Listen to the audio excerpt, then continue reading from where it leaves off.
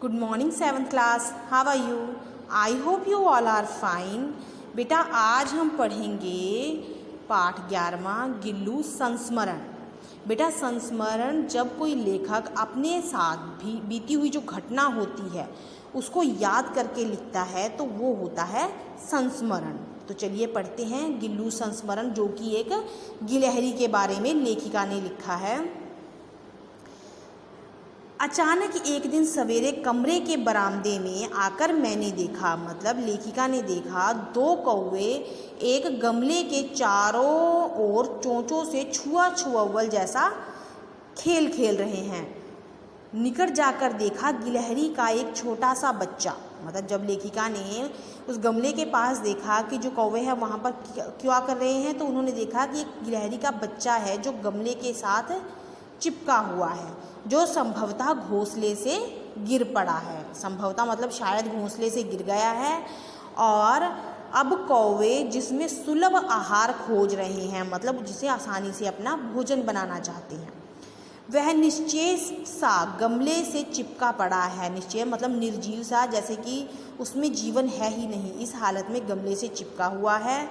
सबने कहा कौवे की चोंच का घाव लगने के बाद यह बच नहीं पाएगा, मतलब कौवे ने उसे चोंच से मारा था तो उसके शरीर पर घाव हुआ था। सब कह रहे थे कि अब ये बचेगा नहीं, अंत इसे ऐसा ही रहने दिया जाए, मतलब इसको ऐसे ही छोड़ दिया जाए, मर तो इसने जाना ही है। सभी ऐसी बातें कर रहे थे, परंतु मन नहीं माना, लेखिका का मन नहीं माना। उसने हौले से उठाकर अपने कमरे में ले आई, मतलब उसे आराम से उठाया और अपने कमरे में लेकर आ गई। फिर रुई से रक्त पोंछकर घाव पर पेंसिलीन का मरहम लगा दिया, मतलब लेखिका ने कॉटन ली, कॉटन भी रुई होती है ना, कॉटन जिसे बोलते हो आप इंग्लिश में, वो उसको लेकर साफ़ किया, उसका जो रक्त, उसका खून जो बह रहा था, फिर उस पर पेंसिलीन लगा दी, जो मरहम। रुई की पतली बत्ती दूध में भिगो जैसे तैसे उसके नन्हे से मुंह में लगाई, मतलब दूध की छोटी सी बत्ती बनाकर उसके थ्रू वो उसे दूध पिलाना चाहती थी कि हाँ मैं उसको दूध पिलाऊं बत्ती से भिगो भिगो कर, पर मुंह खुल ना सका, मतलब वो जख्मी था, छोटा भी था, तो उसका मुंह नहीं खुल रहा था और दूध की बूंदें दोनों तरफ उसके मुंह से बाहर चली जाती थी। कई घंटे उपचार मतलब इलाज के उपरांत उसके मुंह में एक बूंद पानी टपकाया जा सका। तीसरे दिन वह इतना अच्छा और अस्वस्थ, मतलब उसे भरोसा हो गया कि वह मेरी उंगलियां, मतलब लेखिका की उंगलियों को दोनों पंजों से पकड़कर नीले कांच की मोतियों जैसी उसकी आंखें इधर उधर देखने लगीं। 3-4 मास में उसके स्निग्ध मतलब चिकने रोएं, धब्बेदार पूंछ और चंचल चमकीली आंखें सबको विस्मित करने लगी। मतलब जब वो छोटा सा था तो उसके शरीर पर बाल भी नहीं थे, तो 3-4 महीने जब वो लेखिका के पास रहा तो उसके शरीर पर बाल भी आ गए, उसकी मोतियों जैसी आंखें थीं, उसकी पूंछ धब्बेदार पूंछ भी हो गई क्योंकि उस पर बाल आ गए थे। अब हम उसे गिल्लू कहकर बुलाने लगे, मतलब उसका नाम रख दिया गिल्लू। मैंने फूल रखने की एक हल्की डालिया में रुई बिछाकर, डलिया होती है बेटा छोटी सी टोकरी जिसमें फूल रखे जाते थे, उस पर रुई बिछाकर उसे तार से खिड़की पर लटकाया, मतलब उसका घर बना दिया ताकि वह उसमें रह सके। वहीं 2 वर्ष गिल्लू का घर रहा, मतलब 2 साल तक गिल्लू उसी घर में रहता था। वह स्वयं हिलाकर अपने घर में झूलता और अपनी कांच के मनकों सी आँखों से कमरे के भीतर और खिड़की से बाहर जाने का मतलब जो भी आता जाता था उसे देखता रहता था, समझता रहता था, परंतु उसकी समझदारी और कार्यकलाप पर सबको आश्चर्य होता था, मतलब कि वो क्या कुछ कर रहा है, सब देखकर हैरान रह जाते थे। बेचारा उसी टोकरी में रहता था और बाहर खिड़की से बाहर देखता रहता था, अंदर देखता रहता था। जब लेखिका लिखने बैठती थी तब अपनी ओर ध्यान आकर्षित करने के लिए वह इतनी तीव्र इच्छा होती थी, यानी कामना होती थी कि वह उसके एक अच्छा उपाय खोज लिया था कि मैं जो लेखिका का ध्यान है वो गिल्लू अपनी ओर खींच सके। वह लेखिका के पैर पर आकर सर से पर्दे पर चढ़ जाता था और फिर तेजी से उतरता था। ऐसा वह तब तक करता रहता था जब तक लेखिका उसे पकड़कर उठा नहीं लेती थी। कभी गिल्लू को पकड़कर एक लंबे लिफाफे में एक प्रकार रख देती कि उसके अगले 2 पंजे और सिर के अतिरिक्त सारा लघुघात, मतलब छोटा सा जो शरीर है, लघुघात होता है बेटा छोटा शरीर, लिफाफे के भीतर बंद रहता। इस अद्भुत स्थिति में कभी कभी घंटों मेज पर दीवार के सहारे खड़ा रहकर वह अपनी चमकीली आंखों से लेखिका का कार्यकलाप देखता रहता। मतलब लेखिका उसके आगे वाले पंजे और मुंह लिफाफे से बाहर निकालकर उसको रख देती थी और वह चुपचाप लेखिका देखता रहता था। भूख लगने पर वह चिक चिक करके मानो लेखिका को सूचना देता था कि उसे भूख लगी है, उसे बताता था इशारे से, और काजू या बिस्किट मिल जाने पर उसी स्थिति में लिफाफे से बाहर वाले पंजों से पकड़कर कुतरता रहता था। मतलब लिफाफे के अंदर रहता था और जब लेखिका उसे बिस्किट या काजू देती थी तो आगे वाले पंजे जो उसके लिफाफे से बाहर थे उसमें से खाता था, उसे कुतरता रहता था। फिर गिल्लू के जीवन का प्रथम बसंत आया। नीम चमेली की गंध मेरे कमरे में हौले हौले आने लगी। बाहर की गिलहरियाँ खिड़की की जाली के पास आकर चिक चिक करके ना जाने क्या कहने लगे। मतलब जो बाहर की गिलहरियाँ थी वो खिड़की की जाली के पास आकर चिक चिक करने लग जाती थी गिल्लू को देखकर, क्योंकि गिल्लू जो था वो अंदर रहता था जाली के, इसलिए गिल्लू को जाली के पास बैठकर अपनेपन से बाहर झांकते देख मुझे लगता कि इसे मुक्त करने का अवश्य है, मतलब उसकी आवश्यकता है कि उसे मुक्त कर दिया जाए, उसे मतलब बंद ना रखा जाए। मैंने कीले निकालकर जाली का एक कोना खोल दिया। मतलब जो लेखिका थी उसने खिड़की का जो एक कोना था कीले निकाल कर खोल दिया और उस मार्ग से गिल्लू के बाहर जाने पर सचमुच ही मुक्ति की सांस ली। मतलब गिल्लू जो था, गिलहरी जो थी, वो अब क्या करता था, उस कोने से जिसे लेखिका ने खोल दिया था उसमें से बाहर निकल जाता था। इतने छोटे से जीवन को घर में पले कुत्ते बिल्ली से बचाना भी एक समस्या थी। मतलब छोटा सा था, उसे कुत्ता बिल्ली उसे खा सकते थे, उसे बचा कर रखना बहुत मुश्किल था। आवश्यक कागज़ पत्रों के कारण मेरे बाहर जाने पर कमरा बंद ही रहता था। मतलब जब लेखिका थी, क्योंकि वो लेखिका थी, उसे कागज़ या कुछ लेने बाज़ार जाना पड़ता था तो वो कमरे को बंद करके जाती थी ताकि बिल्ली या कोई और जानवर गिल्लू को मार ना दे। कॉलेज से लौटने पर जैसे ही कमरा खोला गया और मैंने भीतर पैर रखा, वैसे ही गिल्लू अपनी जाली के द्वार से भीतर आकर मेरे पैर से सिर और आकर अपने झूले में झूलने लगा। मतलब जब लेखिका जो थी वो आई अंदर, जब कॉलेज से वापस आती है तो वो देखती है कि जैसे ही उसने दरवाज़ा खोला, गिल्लू खिड़की से जो बाहर घूम रहा था वो खिड़की के कोने से अंदर आ गया और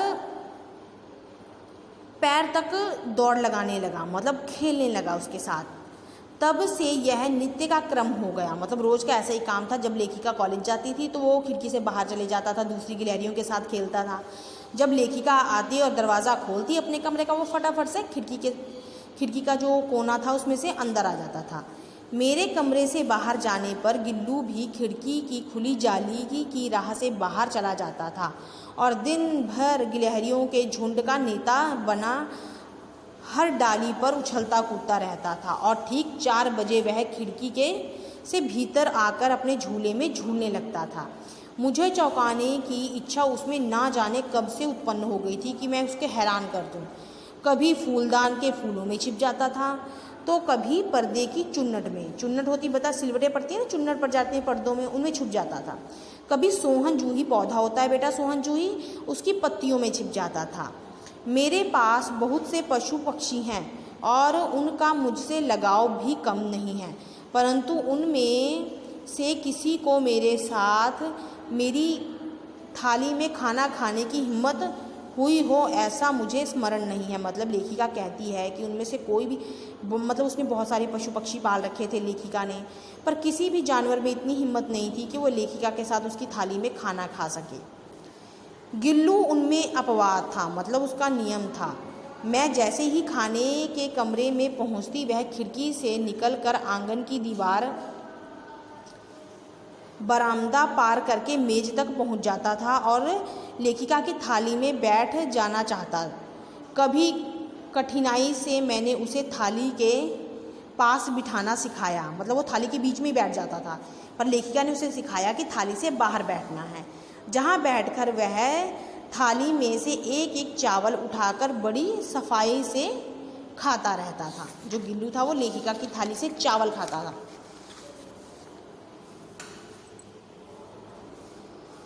काजू उसका प्रिय खाद्य था, मतलब काजू उसका मनपसंद खाना था और कई दिन काजू ना मिलने पर वह अन्य खाने की चीज़ों या तो लेना बंद कर देता था या झूले से नीचे फेंक देता था।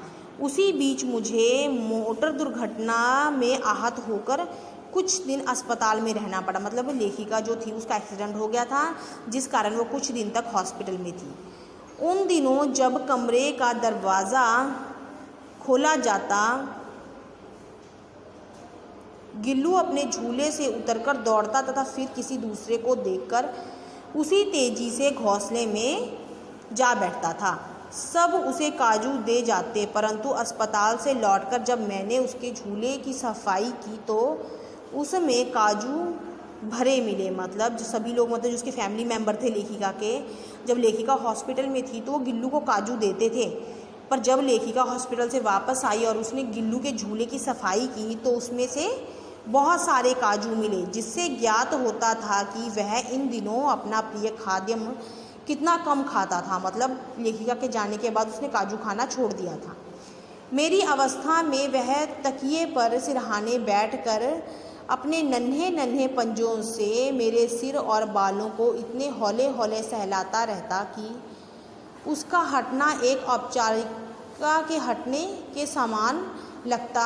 मतलब कि क्या था कि जब लेखिका लेटी होती थी, आराम करती थी, क्योंकि उसका एक्सीडेंट हुआ था, हॉस्पिटल से आई थी, तो वो अपने नन्हे नन्हे पंजों से लेखिका का सिर सहलाता रहता था। गर्मियों में जब मैं दोपहर से काम करती रहती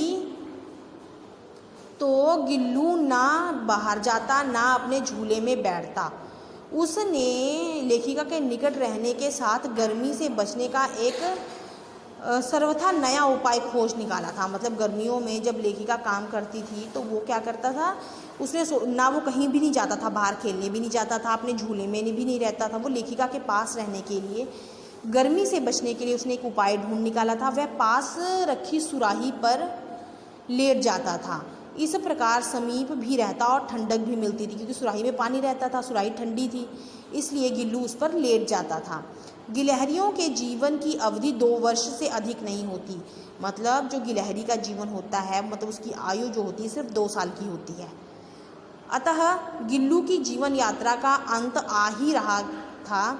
दिन भर उसने कुछ नहीं खाया, ना बाहर गया। रात में अंत की यातना से वह भी अपने झूले से उतरकर मेरे बिस्तर पर आ गया और ठंडे पंजे मेरे वही उंगलियां पकड़कर हाथ से चिपक गया। मतलब जो गिल्लू था उसकी उम्र पूरी हो चुकी थी, बूढ़ा हो चुका था, क्योंकि 2 साल की उम्र होती है गिलहरियों की, तो उसका अंतिम समय आ गया था। तो वो अपने झूले से उतरकर लेखिका के बिस्तर पर आ गया और अपने पंजों से लेखिका की उंगलियां पकड़ ली, जिससे उसने अपने बचपन की मरणस्था स्थिति में पड़ा हो। ऐसा लग रहा था कि उसकी मृत्यु निकट आ गई हो।